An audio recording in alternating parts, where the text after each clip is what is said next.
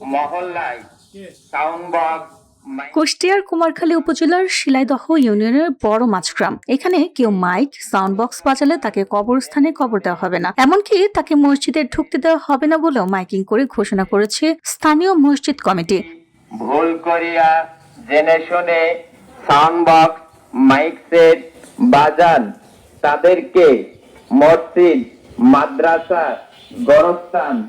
হঠাৎ করে এমন ঘোষণায় তৈরি হয়েছে আলোচনা, সমালোচনা ও মিশ্র প্রতিক্রিয়া। তবে অনেকেই বলছে গ্রামগঞ্জে কোনো অনুষ্ঠান হলে বড় বড় সাউন্ড সিস্টেম এনে এলাকার শব্দ দূষণ করছে কিছু ব্যক্তি, এটা বন্ধ হওয়া জরুরি। ওটা বাড়িতে করেছে আর কি।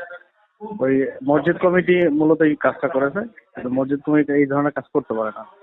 পরবর্তীতে আমরা মসজিদ কমিটিকে ইউনো সাহেব ডেকে এটা বাড়িতে করেছি। আচ্ছা, সামাজিক ভাবে কত রূপ কিছু নাই তো এখানে, এটা তো করা যাবে না। এদিকে জেলা প্রশাসক বলছেন, এই ধরনের সিদ্ধান্ত কেউ এককভাবে নিতে পারে না। দেশে প্রচলিত আইন অনুযায়ী শব্দ দূষণের বিরুদ্ধে ব্যবস্থা গ্রহণ করার সুযোগ রয়েছে। ঘোষণায় বলা হয়েছে, গ্রামের কোনো বাড়িতে সাউন্ড বক্স বা মাইক ব্যবহার করে গান বাজনা করা হলে সংশ্লিষ্ট পরিবারকে কবরস্থানে জায়গা দেওয়া হবে না। শুধু তাই নয়, তাদের ঈদগাহ ও মসজিদ থেকেও বহিষ্কার করা হবে, এমনকি তাদের সামাজিক কার্যক্রমে কেউ অংশ নেবে না এবং মসজিদের সাপ্তাহিক অনুদান চালও দেওয়া হবে না।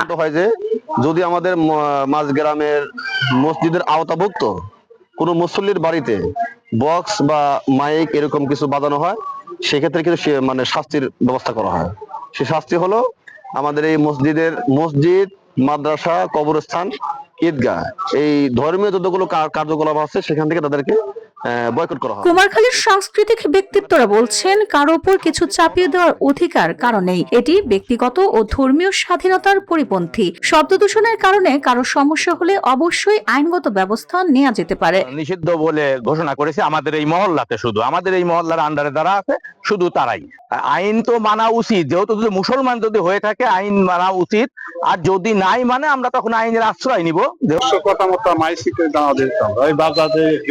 জানা গেছে, গত 27 মার্চ বড় মাছগ্রাম জামে মসজিদে জুম্মার নামাজ শেষে এক বৈঠকে এই সিদ্ধান্ত নেওয়া হয়। পরে 2 এপ্রিল দিনভর মাইকিং করে পুরো গ্রামে এই ঘোষণা প্রচার করা হয়। মাইক সেট বাজান তাদেরকে মসজিদ মাদ্রাসা গণস্থান। তবে মসজিদের সভাপতি আমির হোসেন বলছেন, সব ধরনের গান বাজনা নয়, মূলত উচ্চ শব্দে সাউন্ড বক্স ব্যবহারের বিরুদ্ধে এই সিদ্ধান্ত নেওয়া হয়েছে। করবে সেটা আলাদা জিনিস, সেটা একটা মানুষ করবে, তারা একটা সাংস্কৃতিক জিনিস পালন করবে, সেটা নিয়ে আমাদের কোনো আপত্তি নাই। এক জায়গায় স্থান যার বাড়িতে বক্স বাজানো নিয়ে ঘটনা, সেই রূপা খাতুন ক্ষোভ প্রকাশ করে বলছেন, নাতির শখের জন্য অল্প সময় বক্স বাজিয়েছিলাম, আজান ও নামাজের সময় বন্ধ রাখা হয়েছিল, কিন্তু ব্যক্তিগত শত্রুতার কারণে এখন পুরো গ্রামকে জিম্মি করা হচ্ছে।